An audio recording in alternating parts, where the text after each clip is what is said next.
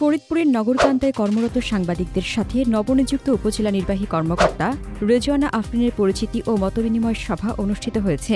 আজ মঙ্গলবার সকালে উপজেলা পরিষদ হলরুমে এ সভার আয়োজন করা হয়। এতে উপজেলার প্রিন্ট, ইলেকট্রনিক ও অনলাইন গণমাধ্যমে কর্মরত সংবাদকর্মীরা অংশ নেন।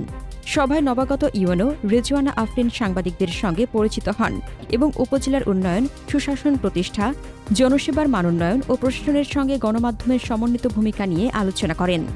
প্রধান অতিথির বক্তব্যে ইউএনও বলেন, সাংবাদিকরা হলেন সমাজের দর্পণ। বস্তুনিষ্ঠ সংবাদ পরিবেশনের মাধ্যমে স্থানীয় উন্নয়ন কর্মকাণ্ড, জনদুর্ভোগ ও সম্ভাবনার বিষয়গুলো তুলে ধরা হলে প্রশাসনের কাজ আরও গতিশীল ও জনমুখী হয়। নগরকান্দার সার্বিক উন্নয়নে আমি সকল সাংবাদিকদের আন্তরিক সহযোগিতা কামনা করছি। উপজেলা নির্বাহী অফিসার পদটা আসলে আমাদের জন্য বিশেষ করে প্রশাসন ক্যাডারের খুব ঐতিহ্যবাহী একটি পদ। মাঠের মানুষের সাথে কাজ করার জন্য এরকম সুযোগ সচরাচর পাওয়া যায় না।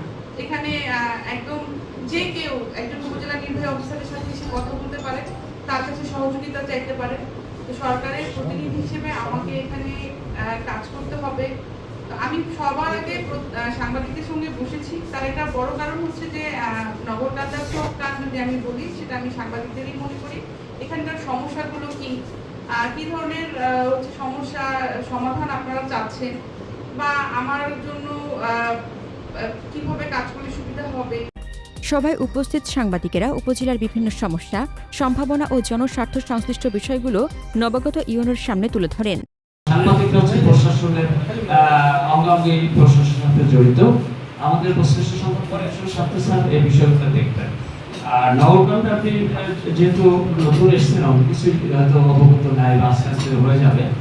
যেমন আপনি নগরকান্দা যখন ঢুকেছেন তখন দেখেছেন যে একটা মাত্র পথ আমাদের নগরকান্দা বাজার, আর কোনো পথ নেই, যার কারণে সবসময় জ্যাম লেগে থাকে। এখন এই আমাদের নগরকান্দা ঢোকা বিকল্প কোনো পথ করা যায় কিনা। পিছনে একটা গলি আছে, যে গলিটা শুরু, ইচ্ছে করলে ওই পথটাকে একটু প্রশস্ত করা যায়, সামনের দোকানপাটের একটু অংশ ভেঙে যদি স্যার করা যায়। নগরকান্দাতে এটা হচ্ছে সবচেয়ে বড় সমস্যা স্যার, আমাদের একটা মাত্র সড়ক।